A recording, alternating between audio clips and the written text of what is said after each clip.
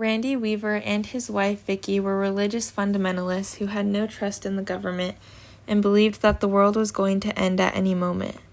In 1984, they moved themselves and their children into a cabin overlooking Ruby Creek in Idaho. After receiving reports that Weaver had threatened President Reagan, the FBI and Secret Service opened an investigation.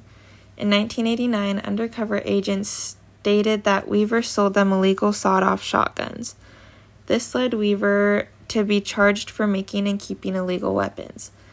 He was released on bail, and his trial was supposed to be in February 1991, but his probation officer told him the wrong date, causing him to miss his trial.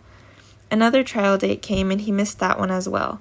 Due to this, a warrant was out for his arrest, and attempts to negotiate with him through mail failed, so the U.S. Marshal Service was in charge of arresting Weaver.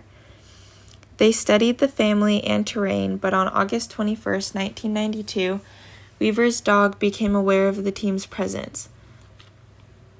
This led to gunfire starting and resulted in 14-year-old Sammy Weaver, Marshall Deegan, and one of the dogs to be shot dead. On August 22nd, the FBI arrived at Ruby Ridge and federal agents were given unusual orders to shoot any armed adult on site. Weaver ignored all negotiation attempts the FBI made, including pleas from his sister. Vicky stood behind the front door holding her infant daughter as the men approached the house. A sniper fired, hitting Vicky in the head and killing her, as well as seriously injuring Harris, one of Weaver's friends. The sniper claimed he did not know Vicky was right there and was aiming for Harris.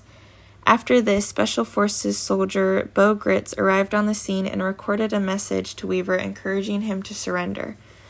On August 30th, Gritz was able to convince Weaver to give up the injured Harris and allow Vicky's body to leave the cabin, but Weaver and his remaining family stayed. On August 31st, Gritz was able to convince Weaver to give up and escorted him and his daughter out of the cabin. Weaver was arrested and his daughter was handed over to relatives and the siege was over.